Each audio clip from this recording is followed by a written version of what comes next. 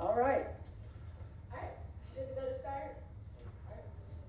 He's on down the road. Just getting my voice ready.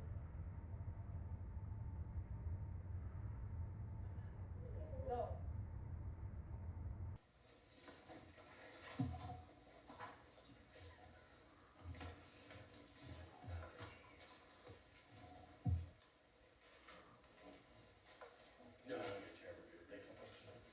City Council Standards of Conduct.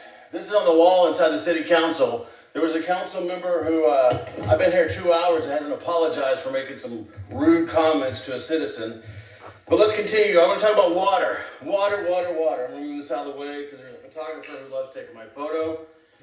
Water. People may not know that for the past 14 years, a company known as Biochem Lab has been testing the city water and the wastewater at a cost of $69,000. Again, 14 years. Tonight, the City Council is now looking at another company known as 120 Water.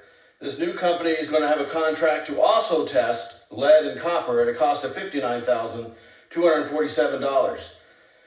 Well, the previous company, Biochem, their company contract expires in 2025. They test for lead, copper, chloroform, and E. coli. So I don't know why we're spending $59,000 on a second company if it's already being done. I was strangely odd that during the actual presentation, no council member had any questions about the city council's problem with lead or anything like that. But since they have no questions, I wrote up some. Maybe they can answer tonight. Basically, I've noticed that clay pipes. There was a resident who spoke about clay pipes in her area. There was nothing in the presentation about clay pipes. Is that because they don't want to address it at this time, or is that because, again, it's on the homeowner? Also, I noticed in the map, there was no map that showed the 2,512 places where these residents live in Killeen. Is it one little community? Is it communities around the city? Who knows? There's no map. There's no transparency in the city council.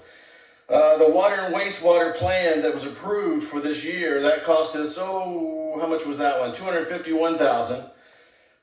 Is there something in there that talks about the lead line pipes? Probably not, since this is something new apparently the EPA just found. Also, my question is, how many homes have backflow testing issues? Well, if they're not paying for the backflow testing, what makes you think they're going to pay to fix their own pipes without the city's help? Let's move on to DS 24073, the annual evaluation about the manager. When you go back and talk behind closed doors about your city manager, I want to remind you of several things. In January 2024, an audit revealed that the Killeen developer fees were uncollected. The city lost an estimated $30,000 under the watchful eye of our city manager. An audit in February 2024 indicated the city overpaid its water rates since 2007. An estimated $288,000 was lost, or who knows where it went. They supposedly received it back. I asked for clarification on that, never received it. Let's move on. Another audit in June 2024 showed that the city departments under the city manager also failed to collect fines associated with abandoned property and the lawn care of those homes. The city lost an estimated $260,000 in revenue. Recently in October, the city was faced with a ransomware cyber attack. I guess the city manager, who's supposed to be in charge of all the different departments, failed to secure the computer network. What else? 45 seconds left. Let me just say, for all these reasons, in my opinion, the city manager constantly makes mistakes. I don't know why we keep him here. He's lived beyond his life of working for this city. He needs to move on. He's already lost us several thousands of dollars this year. He's having a devastating impact on the city.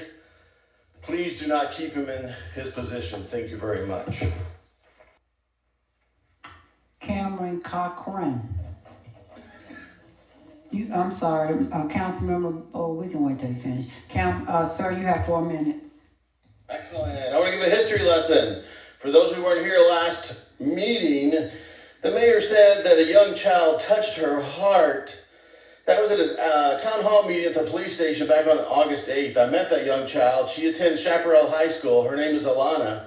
She's the president of the student council, and she attended this town hall meeting because she was concerned about Featherline and the infrastructure. She was saying that she had her own petition. She was getting students as well as teachers to sign it because they are afraid to drive on Featherline and need to be safe and secure. I guess you're going to break her heart. Poor little Alana. You're going to vote to just stomp on her heart. Thanks, Mayor. Let's move on. The mayor and other city councils also at the last meeting said trust the staff. Trust those experts. May I remind you that city staff is using a floodplain map from FEMA dated 2008. They're using a thoroughfare infrastructure plan that's dated 2015. Must be nice to look at old documents and try to tell the city council, hey, you should approve this because I know if I flip a coin, I'll be correct. Rather than wait. The citizens are just asking for you to wait. But no, let's move on to top priorities. This city council loves top priorities. Look at some of those 2024 top priorities. Well, the mayor in her State of the City address said the grocery store in the north part of the city was a top priority. We've been waiting for that since 2021. They said that Rosa Hartford Bob Gilmore Community Center was a top priority. Well, that's behind schedule and over budget. They said code enforcement for the city. Could you please get back to the zoning item? It's a zoning, public hearing on zoning, going down the grocery list, that's not it, it's on zoning. Can I remind you that Texas Open Meeting Act says section 551.007, a government body, I'm speaking, hello? No, I was talking to her. No, I'm talking first, shall allow.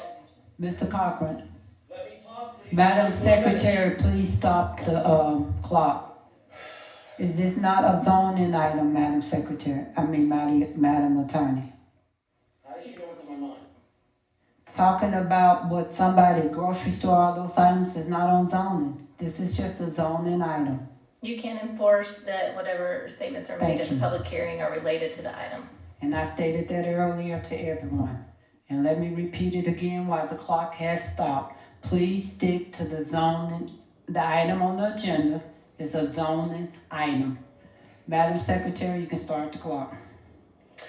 So I guess let's move on since the mayor can read my mind. She's avant. Another point, the builders failed to have their initial request passed in May. It was disapproved by the commissioners, P&Z commissioners. They were on the board at that time. That time, Councilmember Alvarez made disparaging comments about the P&Z board, saying that they need to be trained. They're basically not worth anything and they don't know what they're doing.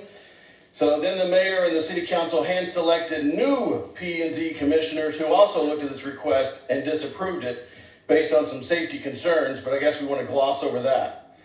Now it seems the builders are using loopholes to reintroduce construction of new homes in the area that's been told by them, by the city, by everyone, including the P&Z, we don't want it, it should not be there, but they're going to use tonight to sway the vote. Let's look at some quotes we heard tonight. Timelines are matching up. Improvements are anticipated. I'd like to remind everyone that Councilman Cigar back in 2014 said the same things. He was in the city council when the mayor said, look to my right, look to my left. None of us were here and were working to either approve or advance this. Well, we had one councilman at least was on the board. 43 seconds. I want to say, Nina Cobb, you're my District 3 representative. I'm requesting as a resident of District 3, do not vote for this to approve. Please disapprove this act. If you approve it, you lose my vote. Thank you. Mr.